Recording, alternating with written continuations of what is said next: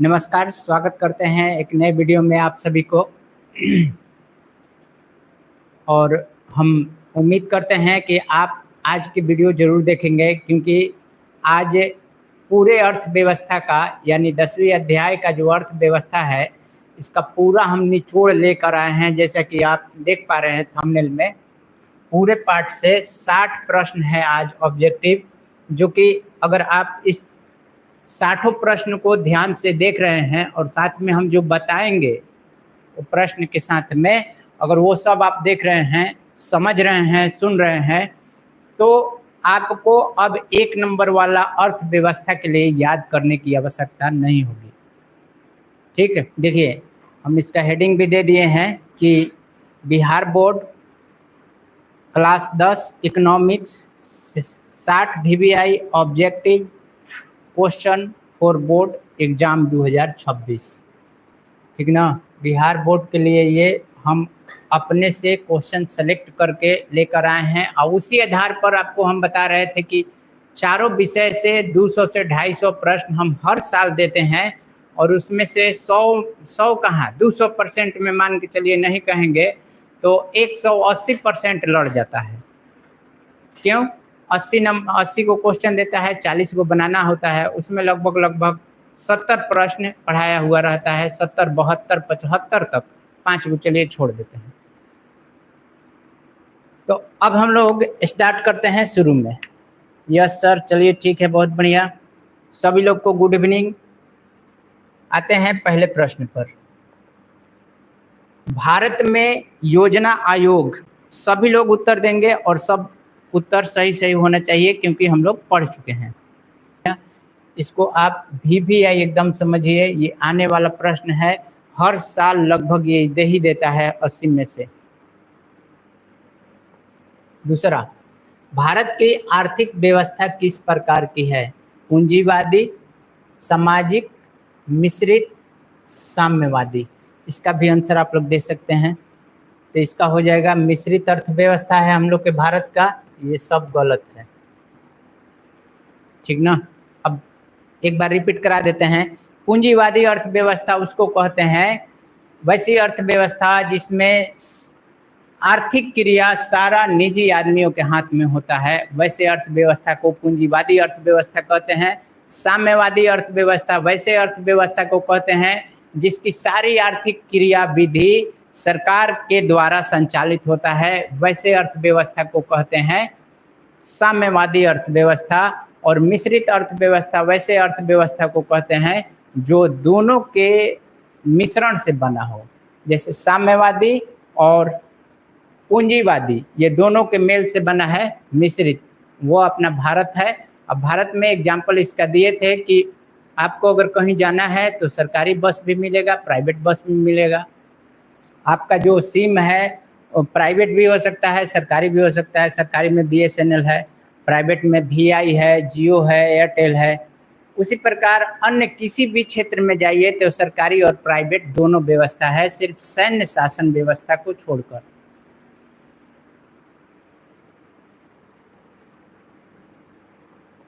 तीसरा प्रश्न, भारत की पहली पंचवर्षीय योजना कब शुरू की गई थी? पहली पंचवर्षीय योजना, तीसरा का बताइए।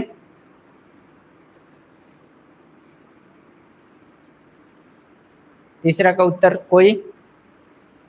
अंकित कुमार B बता रहे हैं 51 से 56, बहुत बढ़िया, 51 से 56 B इसका उत्तर सही हो गया। जो भी लोग B उत्तर दे रहे हैं ठीक है। जिनको याद नहीं है, याद करना, इसको याद करना एकदम जरूरी है। VBI है ये परीक्षा के लिए, जो हम आज ही करा दे रहे हैं।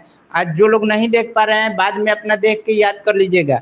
इसका PDF भी हम आपको उपलब्ध करा देंगे, दे देंगे। किसे पिछड़ा राज्य कहा जाता है? तो देखिए, पिछड़ा राज्य में आपको हम बीमारू पढ़ाए हैं किताब में, बीमारू। तो इसमें देखिए वो कौन सा है?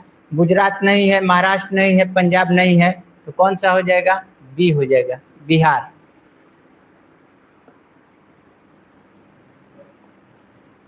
मिश्रित अर्थव्यवस्था में कार्यरत होते हैं केवल निजी क्षेत्र, केवल सार्वजनिक क्षेत्र, निजी एवं सार्वजनिक क्षेत्र दोनों। कौन सा हो जाएगा अमित मौर्य? बी किसका? पांचवा पर आ जाइए, पांचवा पर, 5 का सी। ठीक, बहुत बढ़िया, सभी कोई उत्तर सही सही दे रहा है। इसी प्रकार जाके परीक्षा में आपको सब क्वेश्चन मतलब 40 में 40 नंबर लेके आना है तो आना है, बस इसके सिवाय हम कुछ नहीं जानते हैं। अभी ये जो है इसमें से आपका ना 60 में से लगभग 15 प्रश्न रहेगा ही रहेगा, उसमें एकदम निश्चित है कि रहेगा। गुड इवनिंग मनीष कुमार, इसका उत्तर हो गया आपका सी।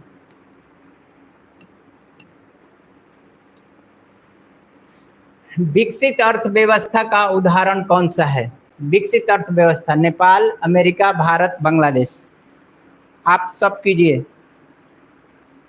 6 नंबर उत्तर दीजिए। बी अमेरिका,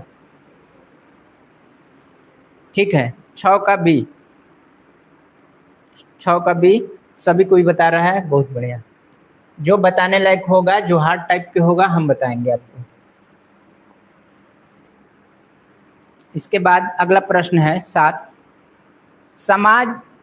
समाजवादी अर्थव्यवस्था में सबसे अधिक बल किस पर दिया जाता है?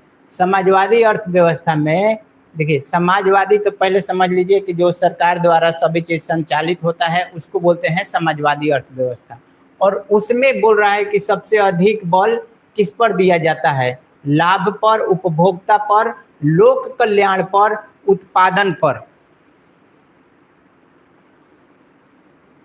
7 का सी,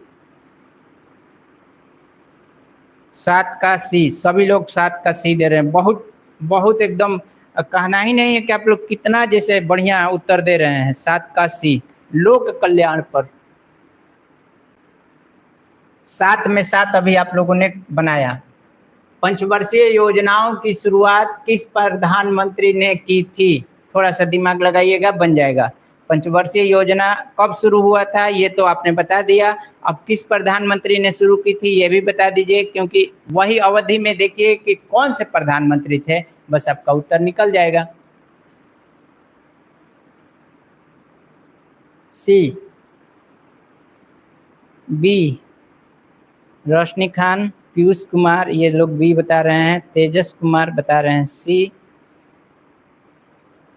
अच्छा, अभी तो आपको बताए हम कि पंचवर्षीय योजना का शुभारंभ 1951 में हुआ था और 56, पहला पंचवर्षीय योजना का कार्यकाल था 1951 से 56। पंचवर्षीय योजना का मतलब होता है 5 वर्षों के लिए एक योजना तैयार करना।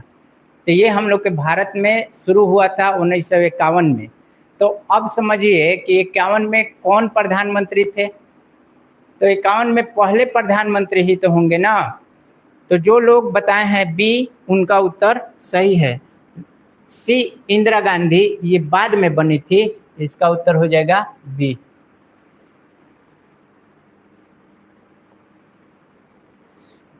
प्राथमिक क्षेत्र का उदाहरण है, ये भी आपको बताना पड़ेगा। प्राथमिक क्षेत्र कौन सा है? प्राथमिक क्षेत्र का उदाहरण है उद्योग, परिवहन, कृषि, बैंकिंग। 9 का सी, 9 का सी, बहुत बढ़िया, कृषि। प्राथमिक क्षेत्र में आता है कुटीर उद्योग, खनन उद्योग, उत्पादन क्षेत्र, यानी कि जो जमीन से निकले या उत्पादन हो। इसमें कुक्कुट पालन, इसके बाद मत्स्य पालन और कृषि, साथ में पशुपालन, सब चीज आ जाएगा। कुटीर उद्योग में जितना काम होता है सब प्राथमिक क्षेत्र में आएगा। प्राथमिक क्षेत्र के हम उदाहरण जब ये पढ़ा रहे थे पहला पाठ, तो उसमें हम सब बता चुके हैं आपको। 10 उद्योग किस क्षेत्र में आते हैं? अब वो तो बता दिए कि प्राथमिक क्षेत्र में कौन हो गया। अब बताइए कि उद्योग किस क्षेत्र में आते हैं, इसका उत्तर दीजिए। तो 10 का बी, द्वितीय क्षेत्र, बहुत बढ़िया। ये अमोद बता रहे हैं 10 का बी। 10 का बी जिन जिन लोग उत्तर दे रहे हैं सबका सही है।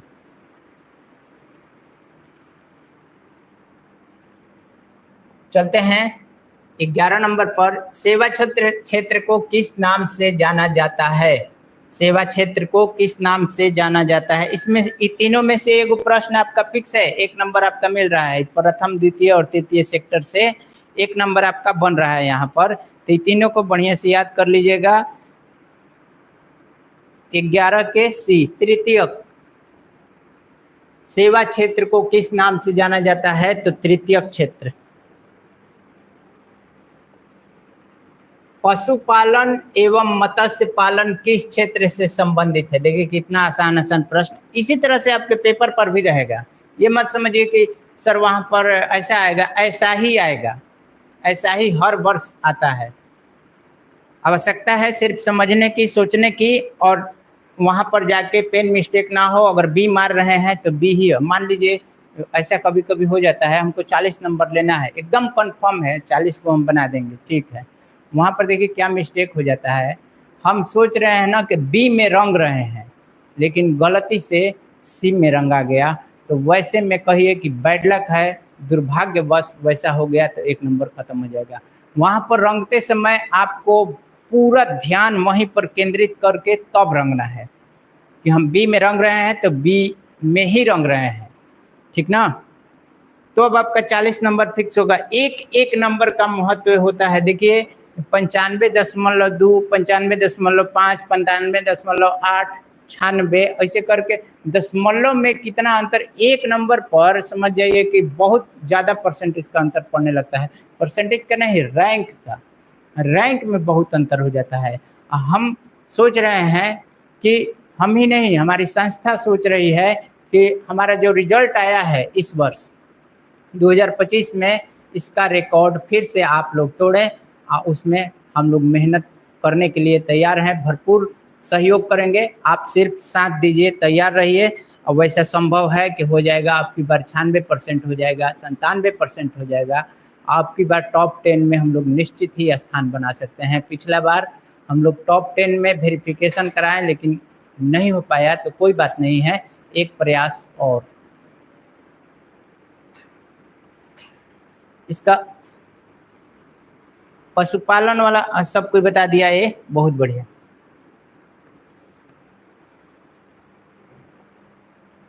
शिक्षा, स्वास्थ्य, आवास आदि किस संरचना से संबंधित है? 13 नंबर आपका क्वेश्चन है। शिक्षा, स्वास्थ्य, आवास किस प्रकार का संरचना है? किस संरचना से संबंधित है या किस प्रकार का है? आंसर दीजिए। 13 का ए बता रहे हैं, ये 13 का ए।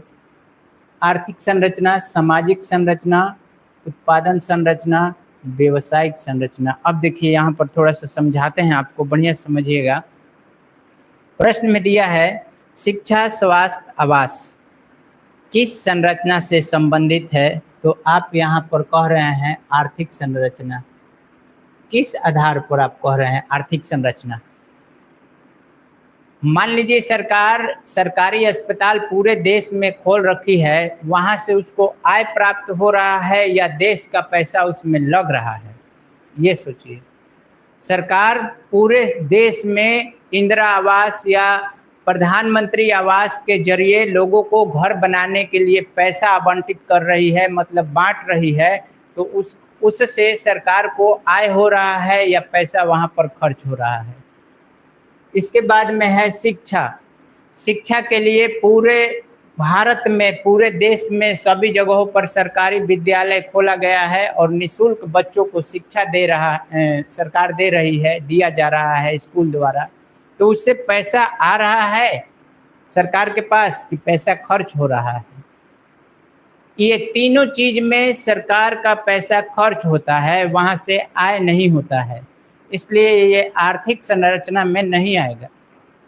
आर्थिक क्रिया या आर्थिक संरचना तब कहेंगे जब वहां से इनकम हो। देखिए अर्थव्यवस्था पढ़ने का मतलब है कि पैसा मिले, बस पैसा कहाँ से आ रहा है, पैसा का उत्पादन कैसे हो, कहाँ से हो, बस इस चीज पर ध्यान केंद्रित करना है।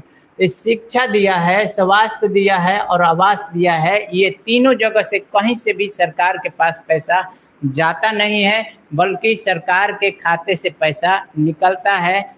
किस लिए? समाज के भलाई के लिए, लोग के भलाई के लिए, जन कल्याण के लिए। तो इसके हिसाब से अब बताइए कि इसका उत्तर कौन सा होगा। अब ये बता रहे हैं 13 का बी बी बी, अब सब कोई बी।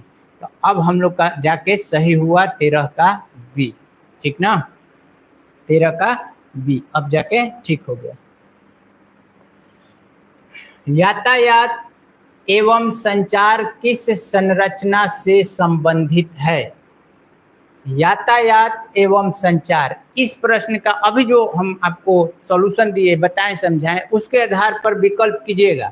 सामाजिक संरचना, राजनीतिक संरचना, आर्थिक संरचना, सांस्कृतिक संरचना। अब हमको बताइए इसमें 14 का सी, 14 का बी और कोई 14 का सी, 14 का सी जिन जिन लोगों ने बताया है वो उनका आंसर सही है। क्यों? क्योंकि यातायात एवं संचार इन दोनों जगहों से सरकार को आय होती है, इसलिए इसको कहेंगे आर्थिक संरचना। ये दो चीज जो है इसको बहुत बढ़िया से दिमाग में बैठा लीजिए आज ही, क्योंकि समय देखिए, समय अभी ये मत सोचिए कि सर हम दिसंबर में पढ़ेंगे, जनवरी में पढ़ेंगे, परीक्षा के समय पढ़ेंगे। परीक्षा के समय पढ़ने के लिए कुछ और हो जाएगा उस समय। अच्छा, समय भी नहीं जानता है कोई कि उस समय आपकी स्थिति कैसी रहेगी। आज बेहतर है तो आज जो समय है उसका भरपूर उपयोग कीजिए। तो इसका सही उत्तर हो जाएगा सी, ये ठीक है। 15, मानव विकास रिपोर्ट कौन प्रकाशित करता है? एकदम VVI, जितना भी कहें कम है। VVI मोस्ट VVI है, ये आसान भी है। 14 का सी बता रहे हैं अमोद, तेजस बता रहे हैं बी, मकसूद खान ये भी बी बता रहे हैं, सब कोई बी बता रहा है, तो बहुत बढ़िया। UNDP इसको हम बता रहे हैं। अच्छा, आप कोई जल्दी से, अब टाइपिंग करना सब कोई को आता होगा क्योंकि दिन भर मोबाइल पर लग रहते हैं, तो UNDP का फुल फॉर्म बता दीजिए आप जल्दी से, फिर हम बताते हैं। UNDP का फुल फॉर्म देखते हैं, सबसे पहले कौन बताते हैं। 21 लोग जुड़े हैं, वीडियो को लाइक करना मत भूलिएगा, वीडियो को लाइक कर दीजिए। साथ में अगर आपके कोई जान पहचान या दोस्त साथी हो उसको शेयर भी कीजिए, इसको भी थोड़ा ध्यान देते रहिए, बढ़ाते रहिए। UNDP का फुल फॉर्म बताइए। यूनाइटेड नेशन डेवलपमेंट प्रोग्राम, बहुत बढ़िया, सानिया खान ने इसका सबसे पहला उत्तर दिया, उसके बाद अब सब कोई दे रहा है। Delhi inspired United nation development council नहीं होगा, दिल्ली इंस्पायर्ड नाम से एक ID से आ रहा है कमेंट, तो उनका united nation development programme, P से प्रोग्राम होता है, काउंसिल नहीं। अच्छा, ये प्रोडक्ट, एक रोशनी खान, प्रोडक्ट नहीं programme, united nation development programme, ठीक ना, यूनाइटेड नेशन डेवलपमेंट प्रोग्राम। मानव विकास रिपोर्ट कौन प्रकाशित करता है? तो UNDP का full form united nation development programme. ये UNO का एक संस्था है और ये क्या करती है कि हर वर्ष, हम हर क्वेश्चन में थोड़ा थोड़ा कुछ बता रहे हैं ताकि वो हमेशा के लिए याद हो जाए। ये हर वर्ष क्या करती है कि पूरे विश्व में जितने भी देश हैं, जो देश UNO का सदस्य देश है, उस देश में जाकर या सर्वे कराकर लोगों की, जैसे लोगों का रहन सहन जांच करती है, देखती है कि पिछले साल की तुलना में इस साल लोग कैसे हैं, पिछले साल से ज़्यादा सुखी हैं, पिछले साल से गरीबी बढ़ी है, पिछले साल से ज़्यादा लोग हंस रहे हैं या दुखी हैं। ये सब चीज़ मिला के तब जाके UNDP रिपोर्ट देती है हर वर्ष।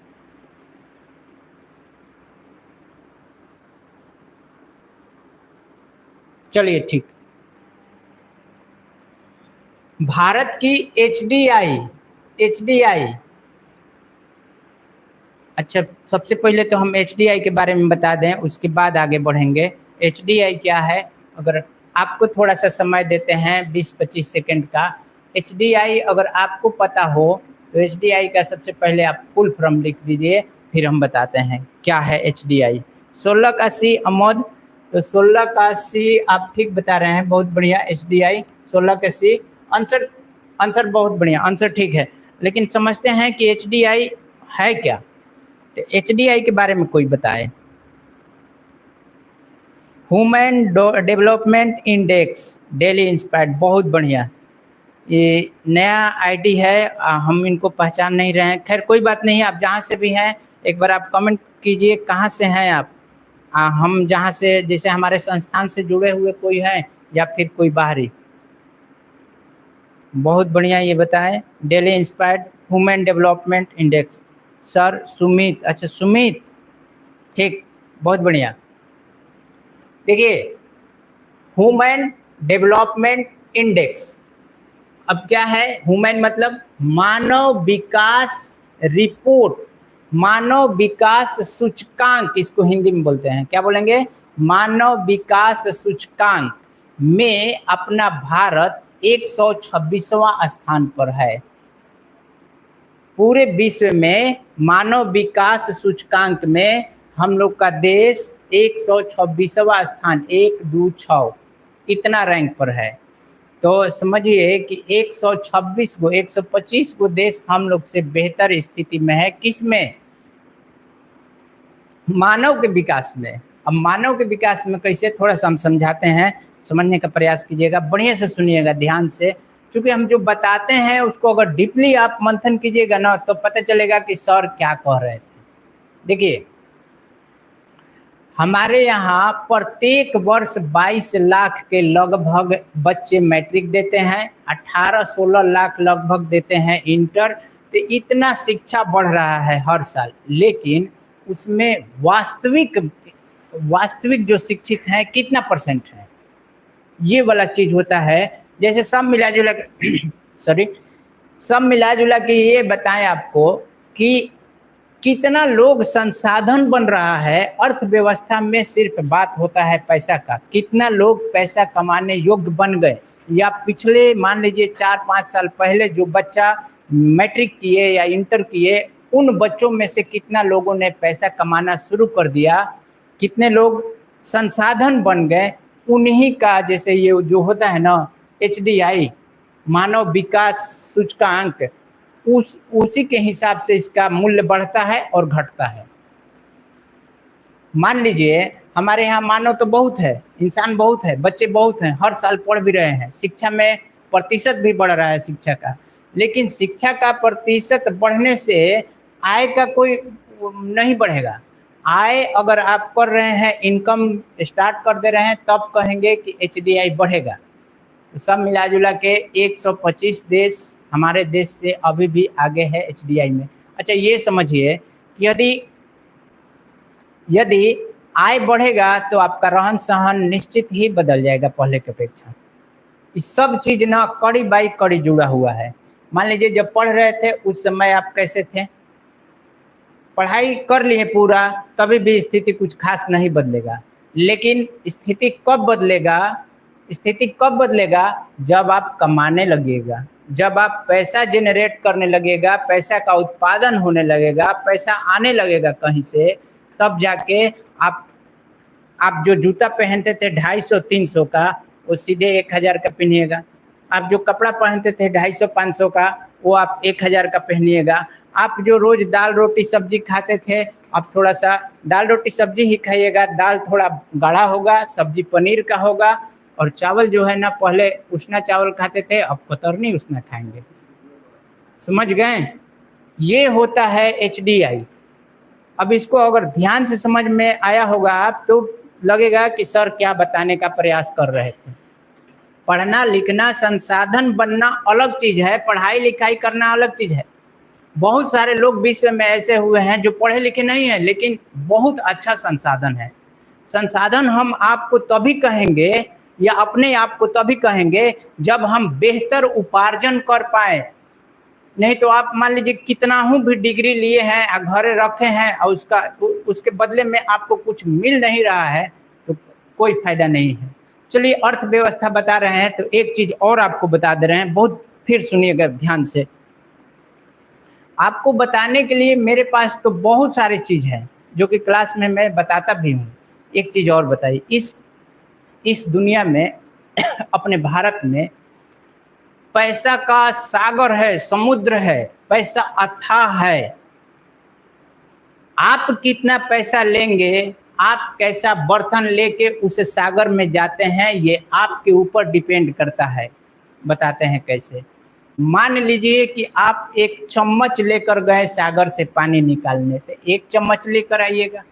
कोई गिलास लेके गया, कोई कटोरी लेके गया, कोई तसली लेके, कोई बाल्टी लेके, कोई ड्राम लेके। तो जो ड्राम लेके गया है वो ज़्यादा लेके आएगा। एग्जाम्पल समझिएगा, अपने देश में योग्य व्यक्तियों की संख्या एकदम कम है, एकदम कम। आप प्लम्बर को देख लीजिए, प्लम्बर, आप इंजीनियर को देख लीजिए, प्लम्बर समझ में आता है, प्लम्बर फर्नीचर, प्लम्बर जो पाइप वायरिंग करते हैं घर में पानी वाला, फर्नीचर वालों को देख लीजिए, लकड़ी का बनाते हैं। तो जो एकदम उत्तम क्वालिटी लिए हुए हैं उसका डिमांड ज़्यादा होगा। एक की जगह 2 अस्पताल है, एक हार्ट सर्जरी के लिए दोनों है, मान लेते हैं हार्ट सर्जरी के लिए दोनों है, लोग पैसा देने के लिए तैयार हैं। आप कितना पैसा उपार्जन कर रहे हैं ये आपके ऊपर निर्भर करेगा। जैसे 2 अस्पताल एक ही जगह है, हार्ट सर्जरी का ही है, एक में चार्ज 2 लाख रुपए लग रहा है, एक में चार्ज 5 लाख रुपया लग रहा है। आप किस में जाइएगा? 5 लाख वाला में जाइएगा। क्यों?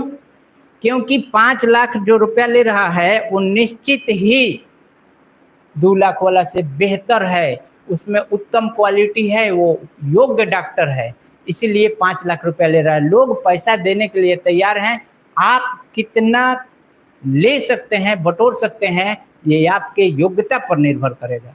हम आज कितना बटोर रहे हैं ये हमारे योग्यता पर है, ठीक ना।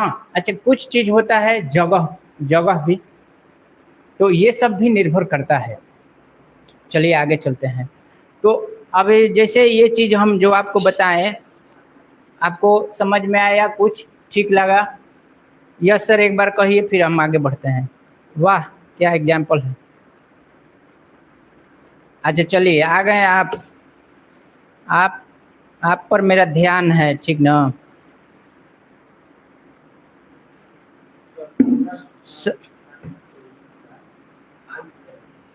सर पहला स्थान किस देश का है? पहला स्थान देखिए, इसमें HDI में पहला स्थान या तो फिनलैंड का होगा या फिर नॉर्वे का। पहला पर आइसलैंड है। देखिए छोटा छोटा जो कंट्री होता है ना, उसी दिन बताए थे, उस दिन भी बताए थे कि छोटा कंट्री जो होता है ना वहाँ पर लोग कम होते हैं, और जितने लोग हैं सब संसाधन है, और ऊपर से उसके देश में संसाधन भी भरा है, तो निश्चित है कि खुश तो रहेंगे ना वो लोग। अपने यहाँ स्थिति ये है कि 100 आदमी एगो आम के पेड़, आम के लिए मारा मारी तो होगा। और उसके यहाँ क्या है कि 100 गो आम का पेड़ है, एगो आदमी है, आम गिरा हुआ है, कोई पूछने वाला नहीं है। जब उसको मन करेगा ना तो जाके एगो ले आके, चाहे एगो तोड़ के फ्रिज में रख देगा, खा लेगा। ये मेन चीज है।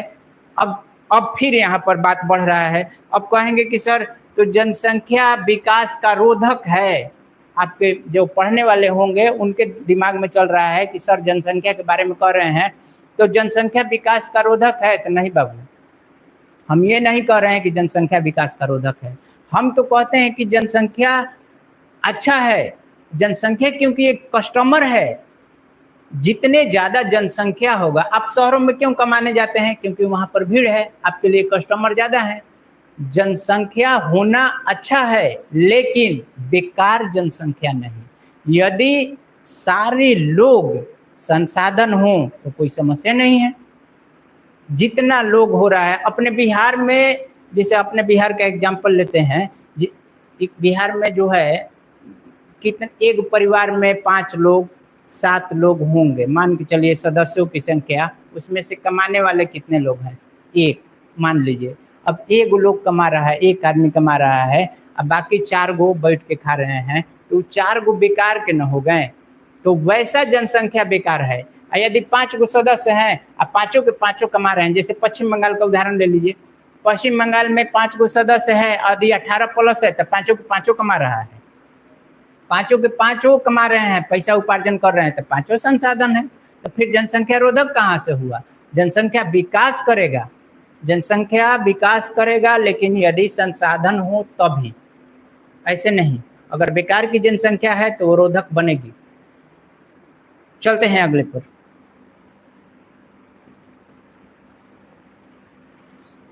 प्रति व्यक्ति आय बराबर, ये बहुत बढ़िया, इसका उत्तर आप लोग दे दीजिए, बहुत बढ़िया से पढ़ाए हैं आप लोग को।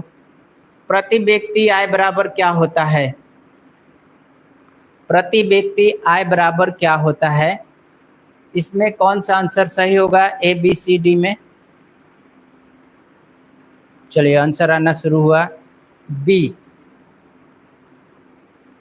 राष्ट्रीय आय बटा में कुल जनसंख्या। राष्ट्रीय आय गुने जनसंख्या, आय माइनस जनसंख्या, आय प्लस जनसंख्या, इसका उत्तर हो गया बी। ठीक है। साक्षरता दर किसका मापदंड है? शिक्षा का, स्वास्थ्य का, रोजगार का, आय का? साक्षरता दर किसका माप है? इसका बताइए। 18 का, 18 जल्दी से। ए शिक्षा, ठीक है। अंकित कुमार सोनी बताए हैं ए। मृत्यु दर में कमी किसका संकेत है? मृत्यु दर में कमी किसका संकेत है? स्वास्थ्य सेवाओं में सुधार, शिक्षा का विकास, आय में वृद्धि, उत्पादन में कमी। अच्छा, मृत्यु दर कब कम हो जाएगा? आदमी के मरने का जो परसेंटेज है, दर है, वो कब गिर जाएगा? जब, ये बता रहे हैं, स्वास्थ्य सेवाओं में सुधार हो जाएगा। बहुत बढ़िया। यदि तबीयत खराब हुआ तुरंत उसको ठीक कर दें, ज़्यादा दिन चलेंगे, यही कारण है मृत्यु दर कम होने का।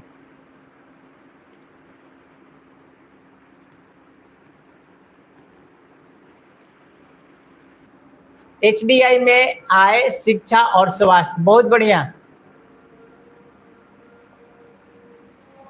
मुद्रा का कौन सा कार्य नहीं है? ये भी आप लोगों को पता है। मुद्रा के 4 कार्य हैं महान, उसमें से देखिए कौन सा कह रहा है कि नहीं है। बोले थे ना कि इसी प्रकार का प्रश्न आता है, इसी प्रकार का आएगा कि कौन सा इसमें नहीं है। तो देखिए, विनिमय का माध्यम, मूल्य की इकाई, मूल्य संग्रह, सभी तो है, इसमें कौन सा नहीं है? अंकित कुमार बता रहे हैं विनिमय का माध्यम है नहीं। पैसा देकर एक वस्तु खरीद नहीं सकते हैं, या फिर कोई वस्तु बेचकर पैसा ले नहीं सकते हैं, ये तो विनिमय का माध्यम हुआ, विनिमय का माध्यम है। बी बता रहे हैं मूल्य की इकाई, यानी याद नहीं किए हैं आप लोग। ये तीनों काम मुद्रा का है। मुद्रा को संचित किया जा सकता है, मुद्रा के इकाई के रूप में चल रहा है, माना गया है। विनिमय का माध्यम भी है, मुद्रा दे के कोई भी वस्तु या सेवा खरीदा जा सकता है। तो इसमें क्या होगा? आय का स्रोत मुद्रा का काम नहीं है। यही तो बोल रहे थे कि जब परीक्षा में आता है प्रश्न तो आप जान रहे हैं उसके बारे में, लेकिन विकल्प के आधार पर वो प्रश्न हार्ड हो जाता है। विकल्प के आधार पर प्रश्न हार्ड या आसान होता है। तो आपको ये याद होना चाहिए। चारों काम बोले थे कि याद कर लीजिए। 4 गो काम में से 3 गो काम दिया है यहाँ पर, 1 गो काम नहीं दिया है। आय का स्रोत का काम नहीं करता है मुद्रा। चेक किसका उदाहरण है? देखिए कितना बढ़िया क्वेश्चन। चेक किसका उदाहरण है? 22 पर चलिए, 22 का उत्तर दीजिए। चेक किसका उदाहरण है? रोशनी बता रही है सी, प्लास्टिक मनी। चेक कागज का होता है, प्लास्टिक मनी का एग्जाम्पल नहीं है। ये बी बताए हैं विनिमय प्रपत्र, बहुत बढ़िया। डेली इंस्पायर्ड सुमित, बहुत बढ़िया। बी इसका उत्तर होगा। बी पर जिन जिन लोगों ने टिक किया है उनका उत्तर सही है। इसके बाद डेबिट कार्ड क्या कहलाता है? ऋण पत्र, एटीएम कार्ड, बॉन्ड, चेक। सब पढ़ाया हुआ आपका जैसे इसमें आ रहा है। डेबिट कार्ड क्या कहलाता है बताइए?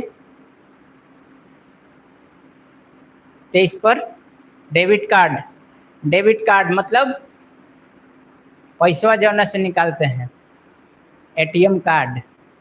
डेबिट कार्ड मतलब एटीएम कार्ड। इसका उत्तर हो जाएगा बी, एटीएम कार्ड। अब ठीक हो गया, चलिए ठीक, बहुत बढ़िया। क्रेडिट कार्ड किसका उदाहरण है? नगद साधन, ऋण, बचत साधन, मुद्रा भंडार। क्रेडिट कार्ड कहने से ही समझ में आना चाहिए कि क्रेडिट कार्ड कहने का क्या तात्पर्य है, क्या मतलब है। क्रेडिट कार्ड के बारे में बताते हैं फिर से, जो लोग क्लास में नहीं समझ पाए हैं वो समझें। सरकार यानी बैंक आपको एक कार्ड यानी प्लास्टिक कार्ड उपलब्ध कराती है, उसे बोलते हैं क्रेडिट कार्ड। हालांकि एटीएम कार्ड भी प्लास्टिक कार्ड ही होता है, लेकिन डेबिट कार्ड और क्रेडिट कार्ड में अंतर है। डेबिट कार्ड एटीएम कार्ड को कहते हैं जिससे हम लोग पैसा निकाल सकते हैं तथा कोई वस्तु को खरीद सकते हैं। अभी ऑनलाइन सामान खरीदने में आप एटीएम का प्रयोग कर सकते हैं, ठीक। अब रहा बात क्रेडिट कार्ड क्या है, तो क्रेडिट कार्ड देखिए क्या है कि आपके आय के अनुसार बैंक आपको पहले ही पैसा दे देगी, ऋण दे देगी। जैसे मान लीजिए कि 10,000 रुपया आपका मंथली इनकम है, तो 10,000 के हिसाब से आपको 50,000 रुपया कुछ टाइम के लिए आगे पहले ही से आपके अकाउंट में दे दिया गया है कि 50,000 तक आप उपभोग कर सकते हैं। आपके आय में से धीरे धीरे पैसा कटता रहेगा। तो इस विधि को कहते हैं क्रेडिट कार्ड। समझ में अगर नहीं आया तो फिर से बोलेंगे, और समझ में आ गया तो ठीक है, आगे बढ़ेंगे। यस और नो, यस और नो, हम कमेंट देख रहे हैं, बोलिए। सर बीमारू का मतलब क्या होता है? सर देखिए, बीमारू पूछे हैं, बीमारू बता रहे हैं। बीमारू 4 गो राज्य का नाम है, अब वैसे राज्य का नाम है जो पिछड़े अवस्था में है। बीमारू अपने किताब में 2 जगह 2 गो दिया है, लेकिन हम बता रहे हैं बिहार, मध्य प्रदेश, है ना, उड़ीसा, और एक है बी आई, एक राजस्थान है। बी आई से बिहार, ए में से मध्य प्रदेश, यू से हो गया आपका उड़ीसा, और आर से राजस्थान। ये 4 गो जो राज्य हैं बीमारू के अंतर्गत आते हैं। बीमारू एक शॉर्ट बनाया गया है इसे, देखिए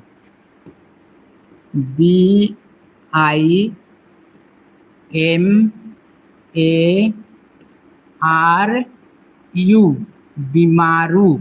बीमारू कोई शब्द नहीं है, 4 गो राज्य का शॉर्ट नाम बनाया गया है, संक्षिप्त रूप बनाया गया है, जो कि अपने भारत में पिछड़े स्थिति में है। तो बी आई से हो गया बिहार, इसका हो गया बिहार। फिर इससे हो गया मध्य प्रदेश, इसको लिख देते हैं MP, है ना। आर से हो गया राजस्थान, राजस्थान, और यू से हो गया उड़ीसा, उड़ीसा।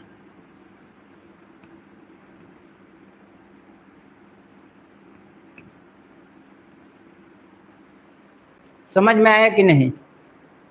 अमोद आपके लिए बताए हैं सर। अब क्या लिखे हैं? नाबार्ड का मतलब क्या होता है? देखिए, नाबार्ड जो है केंद्रीय सरकार द्वारा एक बैंक है, केंद्र सरकार का एक बैंक है। बता रहे हैं कैसे, पहले नाबार्ड का समझ लीजिए मतलब। National board for agriculture development होता है। नाबार्ड है कृषि के लिए, कृषि को विकास के लिए ऋण देने के लिए बनाया गया है सरकार के द्वारा एक संस्था, उसी को बोलते हैं शॉर्ट में नाबार्ड। समझ में आ गया?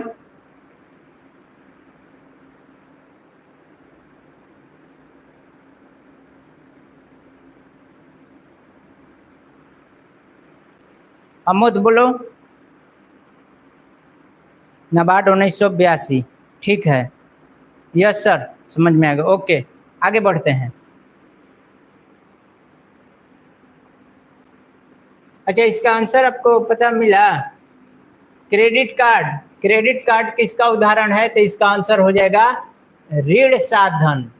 माने पहला ही लोन ले लिए, पहला ही आपको बैंक पैसा दे दी, उसका यूज कर लिए, बाद में धीरे धीरे आपके अकाउंट से वो कटता रहेगा, आपका जो जो पेमेंट आएगा। आरबीआई का मुख्यालय कहाँ है? नई दिल्ली, ए में है, बी में है मुंबई, सी में है चेन्नई और डी में है कोलकाता।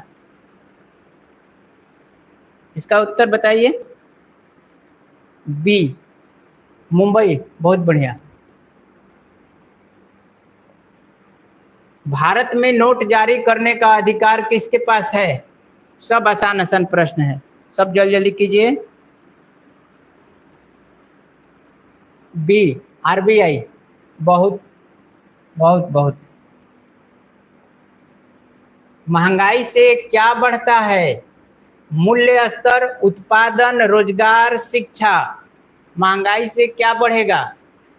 जब कोई वस्तु महंगा होगा तो उससे क्या बढ़ेगा? 25 का बी, उत्पादन। महंगाई से उत्पादन घटता है, बढ़ता नहीं है। जब कोई वस्तु महंगा हो जाएगा तो उत्पादन कम होगा, क्योंकि लोग कम खरीदेंगे।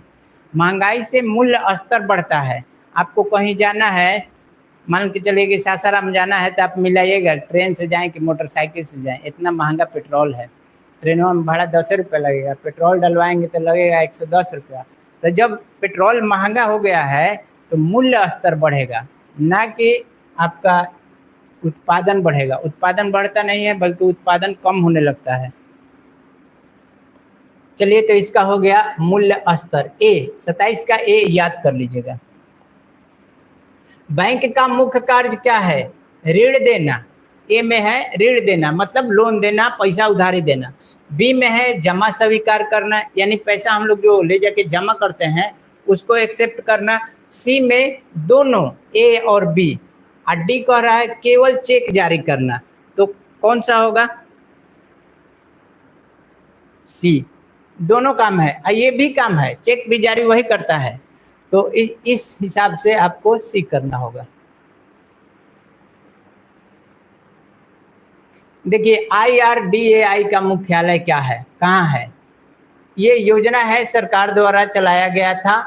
अब ये पुराना योजना है, 1989 के लगभग में ये चलाया गया था। इसका मुख्यालय जो है हैदराबाद में है। इसको सिर्फ आप नोट कर लीजिए, याद कर लीजिए।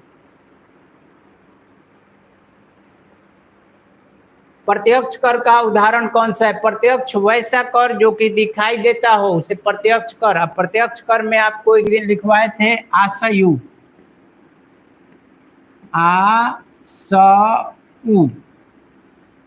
कोड लिखवाए थे। आ से कहे थे आयकर होगा, आयकर। स से होगा संपत्ति कर, संपत्ति कर। और उ से होगा उपहार कर, उपहार कर। अब बताइए कि इसमें से कौन सा आपका प्रत्यक्ष उदाहरण का, ये प्रत्यक्ष वाला का दिए हैं हम, ये 3 वो आपका प्रत्यक्ष कर है। प्रत्यक्ष कर, तो प्रत्यक्ष कर में आप इसमें से कौन लेंगे? बी, आयकर। ये वाला आपका हो जाएगा सही। अगला, आज का वीडियो इतना इंपॉर्टेंट है कि आपका पूरा अर्थव्यवस्था कंप्लीट हो रहा है इसमें, 1 नंबर वाला। अब रहा बात लिखने वाला जो है 2 नंबर या 5 नंबर वाला, तो वो हम सब क्लास में धीरे धीरे लिखवा रहे हैं, उसको आप पढ़ते जाइए, या फिर जो मन में आएगा वहाँ लिख दीजिएगा। आपका पूरा अर्थव्यवस्था कंप्लीट क्लास में अभी बाकी है, हम पढ़ाएंगे। परोक्ष कर क्या है? प्रत्यक्ष का उल्टा होता है परोक्ष। प्रत्यक्ष मतलब जो दिखाई देता है, परोक्ष जो दिखाई नहीं देता है उसको बोलते हैं परोक्ष कर। तो इसमें कौन सा हो जाएगा? संपत्ति, उत्पाद और आय तो उसमें लिखे ही थे तीनों, तो ये होगा कृषि कर। ये इसका उत्तर हो जाएगा। उसमें कौन कौन था? 1 मिनट रुक जाइए। उसमें हम कौन कौन लिखवाए हैं? तो उपहार कर, आय कर और संपत्ति कर। तो ये वाला जो कृषि होगा इसमें उत्पाद शुल्क होगा। क्यों? क्योंकि आप जब खेत का कटाने जाते हैं रसीद, जिसको बोलते हैं मालगुजारी रसीद, तो उसके लिए आप प्रत्यक्ष पैसा देते हैं और वो आ जाता है किसमें? संपत्ति कर में, क्योंकि खेत यानी भूमि आपकी संपत्ति है। तो ये देखिए आयकर हो गया, संपत्ति कर, और ये हो गया आपका संपत्ति में ये दोनों संपत्ति है, इसलिए इसमें होगा उत्पाद शुल्क। ये परोक्ष कर है यानी अप्रत्यक्ष कर है।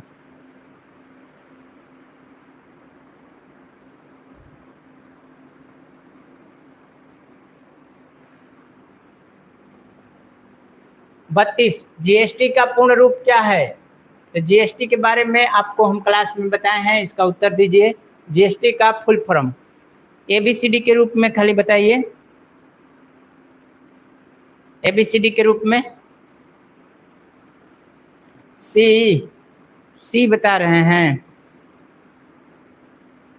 B, goods and service tax, वस्तु एवं सेवा कर। गुड्स, GOOD, गुड माने बढ़िया, अच्छा। GOODS, गुड्स मतलब वस्तु, माल, वस्तु और सेवा कर, इसका हिंदी हुआ गुड्स एंड सर्विस टैक्स।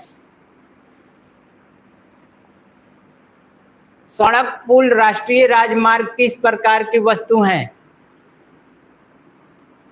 बताइए, सड़क, पुल, राष्ट्रीय राजमार्ग किस प्रकार की वस्तु है? निजी वस्तु, सार्वजनिक वस्तु, पूंजीगत वस्तु, उपभोक्ता वस्तु। तो ये तो आंसर बहुत ही आसान है। अब देखिए 33 का बी,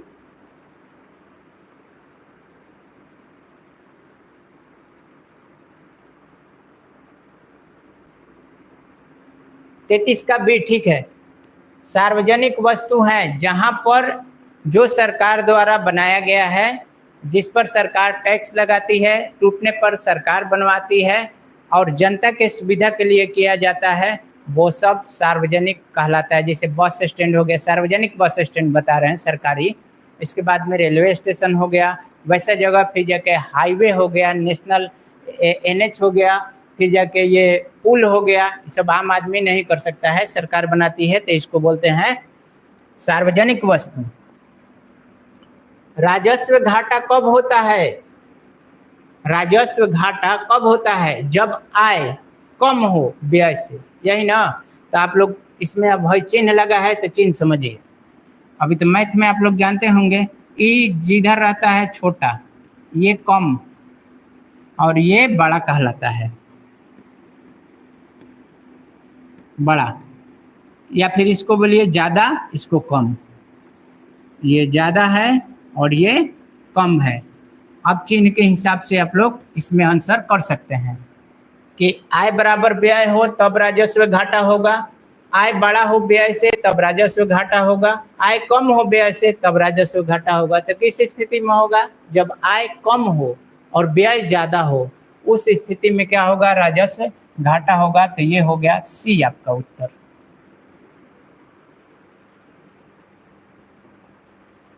पूंजीगत व्यय किससे संबंधित है? वेतन से, ब्याज भुगतान से, दीर्घकालीन परिसंपत्ति से, कार्यालय खर्च से।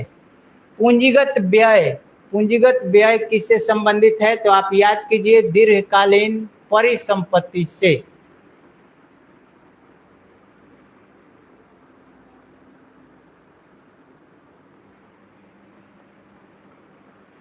सब्सिडी किसे दी जाती है? उत्पादकों को, उपभोक्ताओं को, सरकार को, बैंक को, किसको?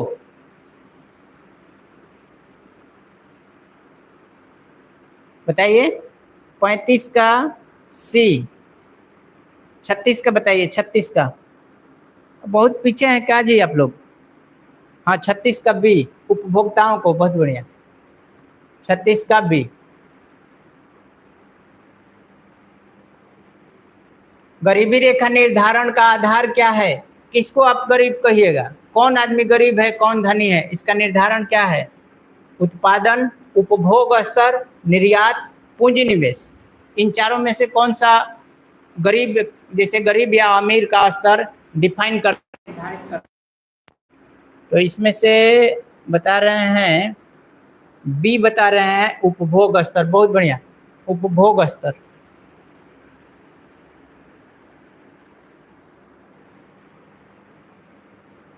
ग्रामीण गरीबी रेखा का आधार प्रतिदिन उपभोग लगभग कितना रुपया? उपभोग मतलब एक दिन गांव में एक व्यक्ति कितना रुपया खर्च करेगा तो कहेंगे कि ये गरीब है या नहीं है।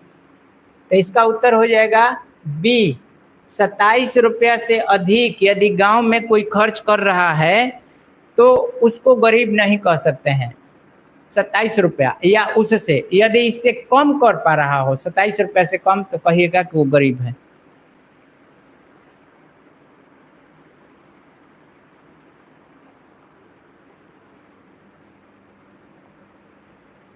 शहरी गरीबी रेखा का आधार प्रतिदिन, जैसे गांव में हुआ ना उसी तरह अब शहर में, तो शहर में होता है 33 रुपया।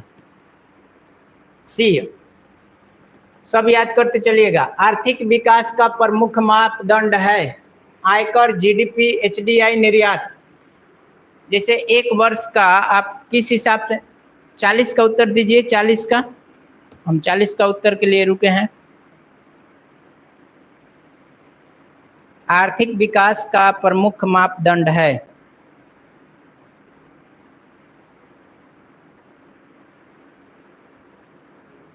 चालीस का डी, 40 का ए, जीडीपी होगा, बी होगा बी। आर्थिक विकास का प्रमुख मापदंड है जीडीपी, ठीक ना। 40 का बी। 41 प्रतिगामी कर में, प्रतिगामी कर में, अब यहां से ऑप्शन में समझिएगा, अमीरों पर बोझ अधिक, गरीबों पर बोझ अधिक, सब पर समान बोझ कोई नहीं। इनमें से, तो इसमें से कौन सा आपको लग रहा है कि होगा? लग रहा है क्योंकि कह रहे हैं ये बताए नहीं है इसलिए, तो इसको याद कर लीजिए। गरीबों पर बोझ अधिक होगा प्रतिगामी कर में, प्रतिगामी कर में गरीबों पर बोझ अधिक होगा। अनुपाती कर में दर, अमीरों पर अधिक, गरीबों पर अधिक, सबके लिए समान होगा। अनुपात वाला जो होता है इस सबके लिए समान होता है। 42 के सी। यही सब क्वेश्चन आपका जो है नया नया हो रहा है, या यही जब परीक्षा में आएगा तो लगेगा कि सर हार्ड है, ये सब अभी याद कर लीजिए, हार्ड कुछ नहीं लगेगा, सब आप करके आ जाइएगा, बना लीजिएगा। 43 सार्वजनिक क्षेत्र का प्रमुख उद्देश्य क्या है? सार्वजनिक क्षेत्र यानी सरकारी क्षेत्र जो है उसका उद्देश्य क्या है, टारगेट क्या होता है? लाभ कमाना, जन कल्याण करना, कर वसूली करना, व्यापार करना। सार्वजनिक। 43 का डी, 43 का डी व्यापार नहीं। 43 का बी जन कल्याण। बहुत बढ़िया, ये बताए हैं डेली इंस्पायर्ड यानी सुमित। सुमित कल हम सुमित आप आते हैं जी क्लास करने? कौन सुमित हो है? वो पिछले साल का। ओ, निजी क्षेत्र का उद्देश्य है जन कल्याण, उत्पादन बढ़ाना, लाभ कमाना, शिक्षा। निजी क्षेत्र का क्या है टारगेट? जैसे आप मान लीजिए दुकान खोल लिए, कोई बिजनेस कर लिए, तो उसका आपका उद्देश्य क्या होगा? आप क्या सोचेंगे क्या करना है? आप विक्रमगंज में एक दुकान खोल लिए, सासाराम में एक दुकान खोल लिए, तो आपका मेन टारगेट क्या रहेगा? 44 का सी बता रहे हैं, 44 का सी लाभ कमाना। बहुत बढ़िया। कोई व्यवसाय करेगा निजी आदमी तो उसका एक ही उद्देश्य रहता है कि ज़्यादा से ज़्यादा प्रॉफिट कैसे हो। उसी के चक्कर में अपने दुकान को, अपने व्यवसाय को धीरे धीरे करके बढ़ाता जाता है, ठीक ना। और सरकारी जो है काम वो जन कल्याण के कार्य के लिए किया जाता है। तो इसका सही उत्तर आपका हो जाएगा लाभ कमाना। ये 44 नंबर प्रश्न पर हम लोग आ गए हैं और इसमें बचा है 16 प्रश्न। LIC किस प्रकार की संस्था है? LIC life insurance company, life insurance company. तो देखिए LIC ना अभी है 40 पर कौन है जी? पिंकी देवी। क्या नाम है तुम्हारा? ये तो आईडी है ना, घर का आईडी है ये।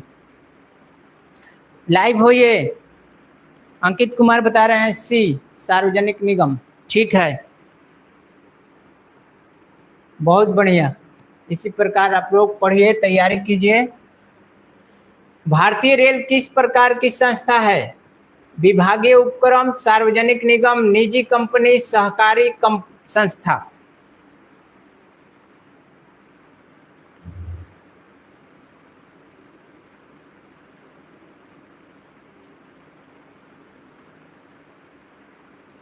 छियालीस का बी, सार्वजनिक निगम। देखिए, सार्वजनिक निगम और विभागीय उपक्रम, ये दोनों चीज लगभग लगभग एक ही है। अगर ये विकल्प नहीं होता तब ये हो सकता था, लेकिन ये विकल्प है तो इसको बोलेंगे विभागीय उपक्रम। इसमें ए उत्तर आप स्क्रीनशॉट लीजिए, इसका हम पीडीएफ आपको भेज देंगे। विकास का अर्थ क्या है? गुणात्मक परिवर्तन, मात्रात्मक परिवर्तन, सी दोनों। विकास का अर्थ है दोनों, सी। मात्रात्मक यानी मात्रा में भी परिवर्तन होगा और गुण में भी। किसी भी वस्तु के मात्रा और गुण दोनों में परिवर्तन को विकास बोला जा सकता है। अब अपने से समझिए, कोई वस्तु लीजिए, उसके मात्रा में परिवर्तन, मतलब पहले 1 केजी था अब 1.25 किलो हो गया, तो मात्रा में परिवर्तन हुआ। गुण में पहले एक प्रकार का जैसे लग रहा था खाने में, पहले मान लीजिए चिप जो बना, चिप्स खाने वाला, तो पहले सिर्फ तीता लग रहा था, फिर बाद में खट्टा आया, उसके बाद में मीठा वाला भी आने लगा। यानी कि उसके गुण में धीरे धीरे परिवर्तन हो रहा है, यानी उसका विकास हो रहा है। किसका? चिप्स का, लेज का। तो इसका हो गया दोनों। 48, आर्थिक वृद्धि का मुख्य सूचकांक क्या है? आर्थिक वृद्धि का मुख्य सूचकांक है राष्ट्रीय आय। ये बढ़ेगा तो एचडीआई अपने आप ठीक होगा। जब राष्ट्रीय आय बढ़ेगा तो सब अपने आप ठीक होगा, क्योंकि राष्ट्रीय आय बढ़ेगा तो प्रति व्यक्ति आय भी बढ़ेगा, और जब प्रति व्यक्ति आय बढ़ेगा तो लोग अपने आप ठीक हो जाएंगे। भारत में हरित क्रांति किस योजना में आई? मतलब किस पंचवर्षीय योजना में, ठीक ना। यहाँ पर प्रश्न आपको पूछना चाह रहा है कि हरित क्रांति किस पंचवर्षीय योजना में आई, बताइए। हरित क्रांति का प्रारंभ कब माना जाता है और कौन सा पंचवर्षीय योजना में होगा? 49 का सी, तृतीय। बहुत बहुत बढ़िया।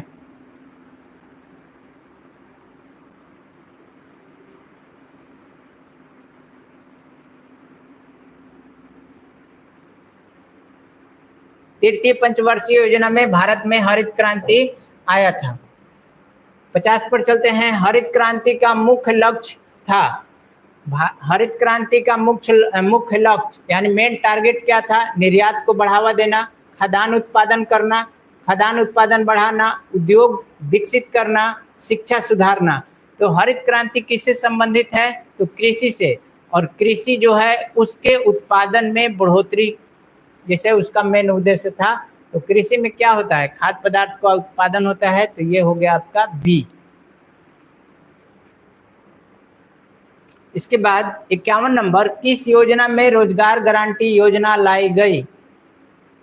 रोजगार गारंटी योजना किस पंचवर्षीय योजना में लाया गया था? इसको भी आप लोग याद कर लीजिएगा। इसका उत्तर कोई दे सकते हैं या मैं बता दूं? 51 नंबर का उत्तर कोई दीजिए, मैं ही बता देता हूं। देखिए, इसका होगा 5वीं पंचवर्षीय योजना, पंचम। अब थोड़ा सा समझ लीजिए, एक प्रश्न यहाँ और बनता है। प्रश्न क्या बनता है कि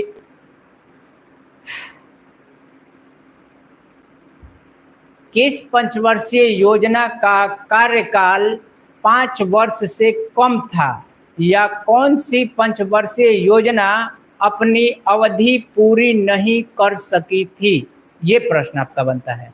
तो इसका उत्तर होता है 5वीं पंचवर्षीय योजना। 5वीं पंचवर्षीय योजना जो था वो 4 साल का था। ये एक प्रश्न अलग है। अभी तक जितना भी पंचवर्षीय योजना लागू हुआ है, 12वीं लागू हुआ था।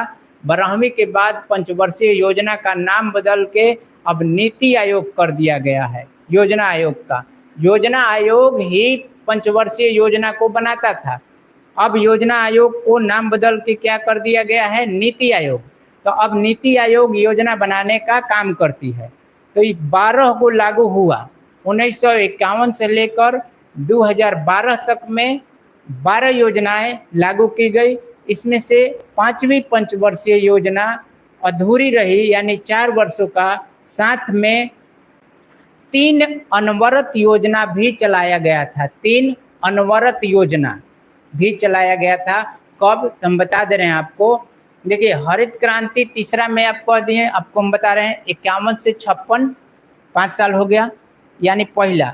56 से 61 दूसरा हो गया। 61 से 66 तीन गो पंचवर्षीय योजना पूर्ण हुआ। अच्छा, 66 में देखिए क्या हुआ कि 65 में युद्ध हुआ था, 66 में ताशकंद समझौता हुआ। उसी साल अकाल पड़ा, अनाज का उत्पादन नहीं हुआ, योजना नहीं बन पाया, क्योंकि एक युद्ध 62 में चीन से हुआ, 65 में फिर पाकिस्तान से हुआ। देश की स्थिति एकदम बिगड़ गई। अब योजना बनाने की स्थिति में ही नहीं था देश। तो वैसी स्थिति में 3 अनवरत योजना चलाया गया, एक साल का। 66 से 67, 67 से 68 और 68 से 69। ठीक, तो 69 में अब चौथी पंचवर्षीय योजना फिर से बना, जो कि 69 से लेकर 74 तक 5 साल का हुआ। तो ये अपना कंप्लीट कर लिया। अब 5वीं पंचवर्षीय योजना जो था वो 74 में चालू हुआ, लेकिन खत्म कब हो गया, 78 में खत्म हो गया। 78 में काहे खत्म हो गया, काहे से कि इंदिरा गांधी लोकसभा से इस्तीफा दे दी, यानी कह दी कि हम अब प्रधानमंत्री नहीं रहेंगे। क्यों, लोकसभा में उनका सरकार गिरा नहीं, इस्तीफा दे दी। अब यहाँ पर क्यों इस्तीफा दी, तो जयप्रकाश नारायण द्वारा जो संपूर्ण क्रांति हुआ था, उसी के कारण देश में बेरोजगारी, गरीबी इतना ज़्यादा स्तर पकड़ लिया, बढ़ने लगा। लोग वहाँ पर संपूर्ण क्रांति के नारा के साथ दिल्ली में इतना ज़्यादा लोग जुटे कि आज तक उतना भयावह आंदोलन हमारे भारत में, जिसे इतिहास में, भारतीय इतिहास में कभी नहीं हुआ है। तो इतना लोग ज़्यादा मात्रा में वहाँ पहुँच गए थे कि वो बोल देना कि हमसे नहीं होगा, हम ये सत्ता छोड़ रहे हैं। तो जब सत्ता छोड़ दी, सरकार गिर गई। तो जब सरकार गिर गई तो ये जो है आपका 5वीं पंचवर्षीय योजना 4 साल का हुआ। फिर नई सरकार का गठन हुआ। 77 में जो चुनाव हुआ था, आए थे मोरारजी देसाई, गैर कांग्रेसी सरकार, पहली सरकार।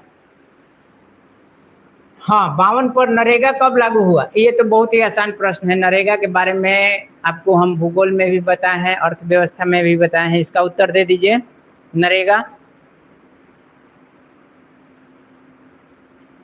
नरेगा सी, बहुत बढ़िया, सी। 52 के सी 2006 में, इसी का नाम बदल के मनरेगा कर दिया गया था 2009 में, यानी महात्मा गांधी के नाम के साथ नरेगा को जोड़ दिया गया था। परिवर्तित हुआ कब, 2009 में मनरेगा बन गया और 2006 में ही नरेगा था। नाबार्ड किससे संबंधित है, नाबार्ड के बारे में आज शायद कोई पूछा है। नाबार्ड शुरू में देखिए आ गया नाबार्ड। 53 नंबर में है उद्योग, कृषि ऋण, शिक्षा, संचार। तो आप जब बता ही दिए हैं तो आप लोग बता दीजिए कि नाबार्ड किससे संबंधित है। तो नाबार्ड कृषि के लिए ऋण देता है। देखिए, national board for agriculture rural and development, इतना होता है इसका फुल फॉर्म। फिर से एक बार रिपीट कर रहे हैं, ध्यान से सुनिएगा। NSA नेशनल बोर्ड फॉर मतलब एफ नहीं आएगा, for agriculture rural and development, यानी कि ग्रामीण किसानों के लिए, ग्रामीण कृषि के लिए केंद्र सरकार द्वारा राष्ट्र स्तर पर एक बैंक बनाया गया है, जो कि सिर्फ और सिर्फ किसानों के लिए ऋण प्रदान करता है कृषि में। नाबार्ड का यही काम है, यही फुल फॉर्म है। कोई नहीं, चलिए हम बता देते हैं, किसानों को ऋण देना, ये वाला आपका उत्तर हो जाएगा बी। सहकारी बैंक का मुख्य कार्य है किसानों को ऋण देना। 55 स्वर्णिम चतुर्भुज योजना किससे संबंधित है? ये तो आपको बताना ही चाहिए, कैसे कि ये भूगोल में अभी तुरंत हम पढ़ाए थे आपको। स्वर्णिम चतुर्भुज योजना किससे संबंधित है? इसका उत्तर दीजिए। बी स्वर्णिम चतुर्भुज योजना शिक्षा से। किसका उत्तर है बी? 55 का बी। स्वर्णिम चतुर्भुज योजना, यही तो समस्या है, आप लोग बढ़िया से याद नहीं रखते हैं। हाँ सी जिन जिन लोगों ने बताया है उनका उत्तर सही होगा। सड़क परिवहन से संबंधित है स्वर्णिम चतुर्भुज योजना। भारत के 4 महानगर कलकत्ता, दिल्ली, चेन्नई और मुंबई, इन चारों महानगर को एक साथ जोड़ा गया है इस एक सड़क से, और उस सड़क को बोला जाता है स्वर्णिम चतुर्भुज। क्यों? क्योंकि भारत के चारों महानगर को एक जैसा जोड़ते हैं तो लगभग चतुर्भुज का आकार का बन जाता है, इसलिए इसको बोलते हैं स्वर्णिम चतुर्भुज। और ये सड़क है, यानी परिवहन से संबंधित है। ये पंचवर्षीय योजनाएं कौन तैयार करता है? संसद, नीति आयोग, पूर्व में योजना आयोग, सी में आरबीआई और डी में है वित्त मंत्रालय। तो इसका उत्तर कौन सा हो जाएगा? 56 में 56 का उत्तर हो जाएगा 56 का बी। बहुत बढ़िया, नीति आयोग। अब पहले इसका नाम क्या था? तो योजना आयोग, जिसका स्थापना 15 मार्च 1950 को हुआ था। गरीबी हटाओ का नारा किसने दिया था? गरीबी हटाओ का नारा किसने दिया था? जवाहरलाल नेहरू, इंदिरा गांधी, राजीव गांधी, महात्मा गांधी। गरीबी हटाओ का नारा किसने दिया था? ये सब क्लास में हम आप लोग को बताए हैं। तो खैर, अगर नहीं याद है तो यहाँ से याद करना जरूरी है। गरीबी हटाओ का नारा 57 के बी। बहुत बढ़िया। कौन बताए हैं? सबसे पहले तेजस हाइकर।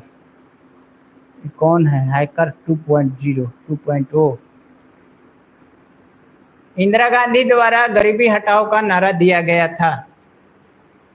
58 भारत में जनगणना कितने वर्षों पर? आदमी की गिनती पहले होता था, अब पशुओं की गिनती भी होता है, जातीय जनगणना भी होता है। कितने वर्षों पर होता है? तो 10 वर्षों पर। 58 के सी 10 वर्ष। और 9 बजे तक आज हम लोग का क्लास खत्म हो जाएगा। अर्थशास्त्र का पिता किसे कहा जाता है? Robbins, Adam Smith, Karl Marx, Ricardo. 59 number, 59 का उत्तर बताइए। 59 के सी कार्ल मार्क्स। आशुतोष गलती है। 59 बी। अब बी एडम स्मिथ, जिन जिन लोगों ने बताया है बी, उनका सही हुआ। और लास्ट पर हम लोग आ गए आज के 60 नंबर। धन की उत्पत्ति एवं उपयोग का अध्ययन किसमें होता है?